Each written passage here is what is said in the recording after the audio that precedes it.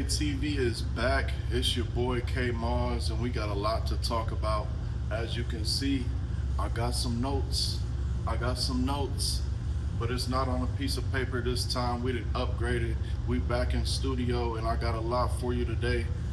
I'm gonna catch y'all up on these NBA offseason moves if you've been under a rock the last few days.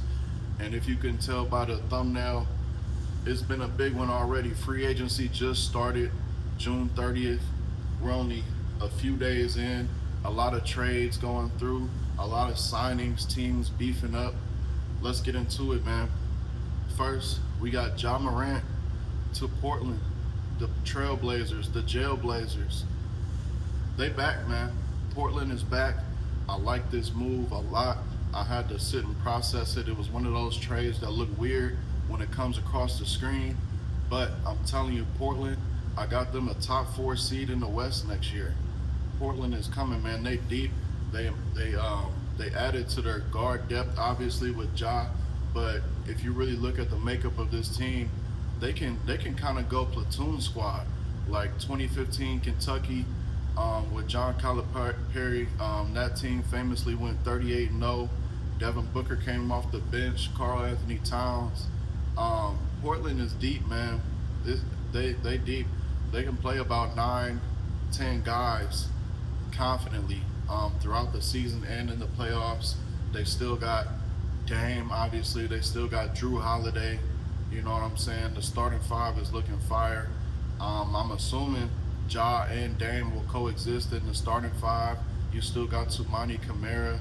You still got Donovan Clingan.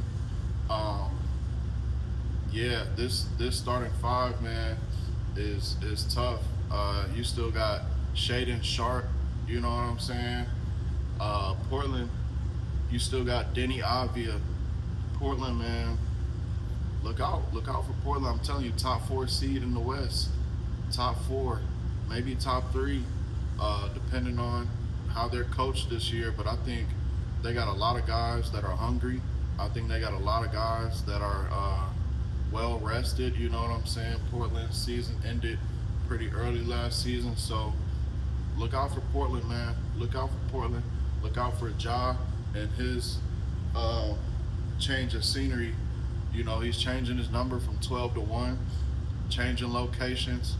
I think Ja is going to have a bounce back year, especially next to a backcourt mate and Dame who can shoot the lights out, especially next to defenders like Drew Holiday, Camara. Yeah, man, I think it's going to be exciting in Portland. Their coach is on a 1-year deal, so this is a prove-it year for him as well. So a lot of guys down there in Portland hungry. I'm trying to tell you, we're going to move right through this thing. We got Kawhi. Kawhi Leonard flees the country back to Toronto. We know Kawhi is a guy that has always stayed to himself. This move doesn't surprise me. It's the latter half of his career. He says he wants to retire in Toronto. So Kawhi chooses familiarity with his final destination in the Raptors.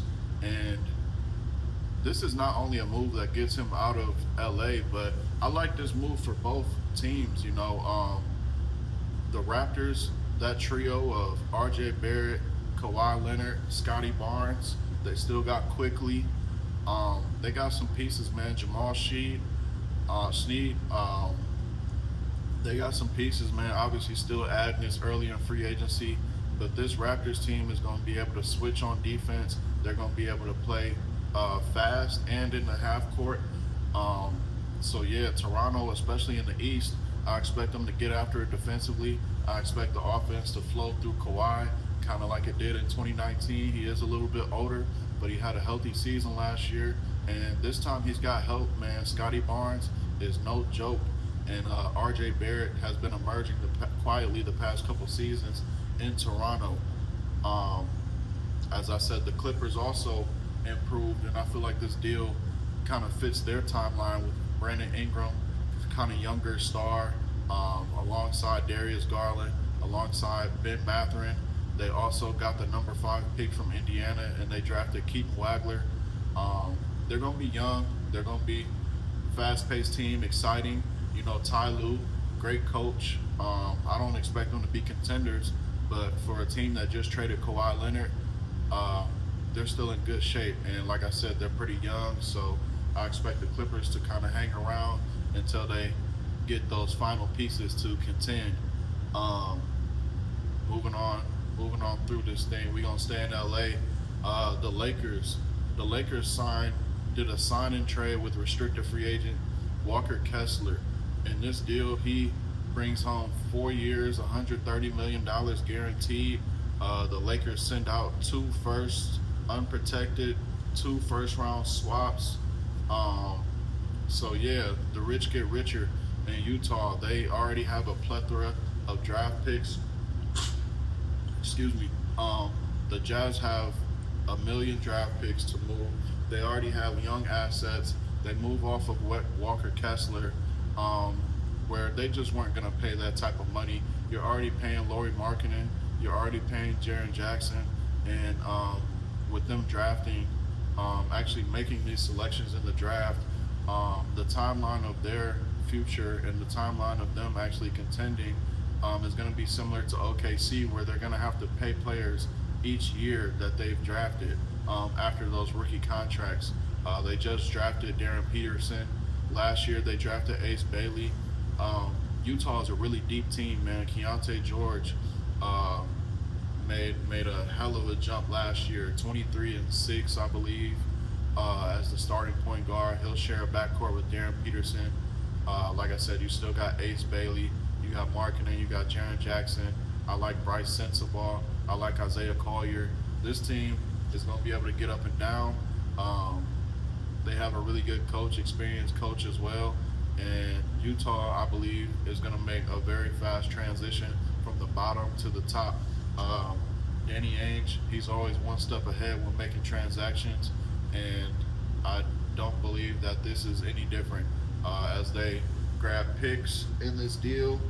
And yeah, I mean, you can kind of move Jaren Jackson to the 5, you can move Markkinen to the 4, and that frees up space for Ace Bailey, kind of at his natural position of the 3. Everybody kind of just slides into their natural position. The challenge this year will probably be who handles the lion's share of the ball handling responsibilities. Is it Darren Peterson? Is it Keontae George? We shall see, but this team will be very good in the future and from time to come. Right along. You saw the thumbnail. Like I said, Jaylen Brown is on the move finally. But why? How did we get here? How did we get here? Jaylen Brown, 2 years ago, was the Finals MVP. Jaylen Brown last year averaged 29 points a game. He was all NBA. He's improved every year, in my opinion, since they drafted him 3rd overall a year before they drafted Jason Tatum 3rd overall. And kind of the conversation has been, why is it always Jaylen Brown that's in trade talks and not Jason Tatum? A lot of people speculate that it could be how vocal he is in the media, speaking on Jaylen Brown. But I mean, the accolades speak for himself. No off the court issues. He's producing on the court.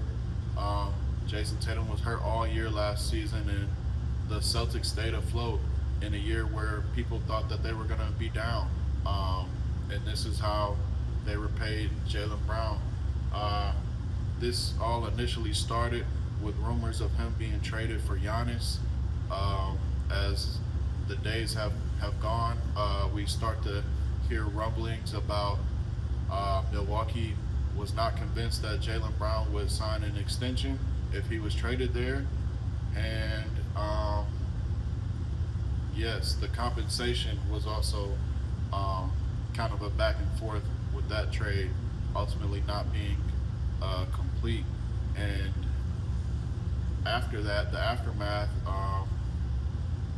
it's still said today that Jaylen Brown never requested a trade, but Brad Stevens felt like it was time to move on. And I'm gonna just be honest, I think Boston fleeced themselves. I think they fleeced their damn self. You traded Jaylen Brown for washed Jaylen Brown. You traded Jaylen Brown for Paul George. Jaylen Brown is probably as good as a prime Paul George. Right now, he's, I believe, 30 years old, 29 years old, Jaylen Brown, and Paul George hasn't really been healthy in this second half of his career at all. He missed quite a few games last year, some to injury, some to suspension. Um, but he's getting up there. He's aging. Paul George is definitely not the Paul George of old, and I don't think Boston got better with this deal at all.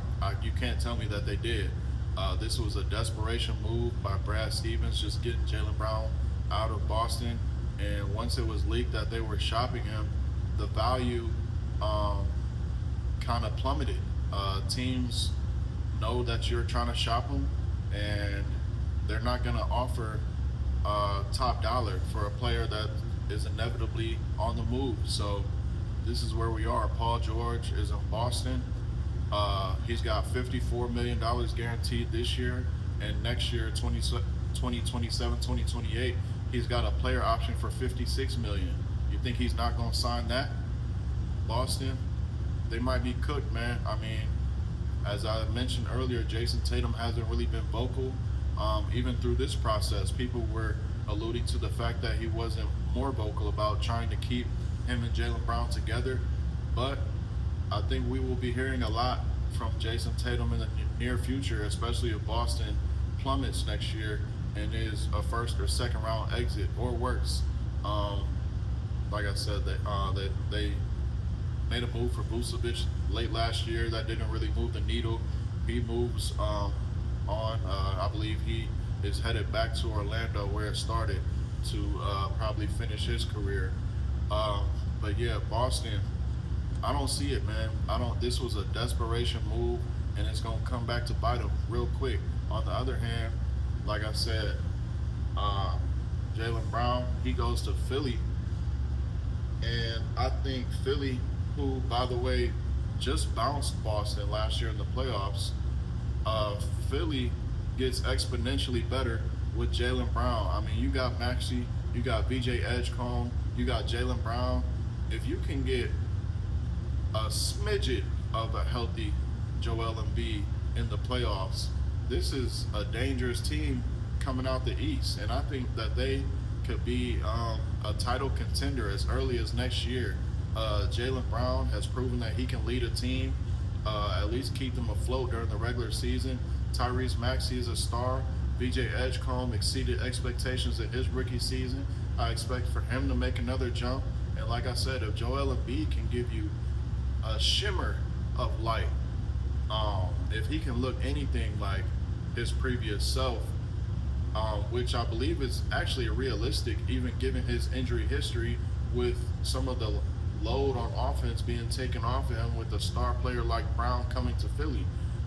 So I think Embiid will have a lot of the load taken off of him. I think this Philly team will be exciting. They lost a couple free agents off the bench, but I mean, when you make a move like this, it screams that we're trying to win now.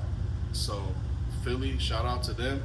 I got them a top 3 seed in the East. I'm not sure if anybody will dethrone the Knicks, but it's super early. And if I was gonna bet on anybody to do it, I would probably take this Philadelphia team. So yeah, like I said, I've been away from you guys for a couple days. I apologize for that. Had some technical difficulties, but I'm back. I'm gonna make a separate video on realistic and possible destinations for LeBron James later on. I'll probably drop that later on tonight or early in the morning. But yeah, that's my brief NBA offseason recap. I mean, we've had probably close to 100 smaller scale free agent signings, but I just wanted to highlight some of those bigger moves that I think moved the needle on the East and the West. So yeah, 2K TV, we back, and I'm out.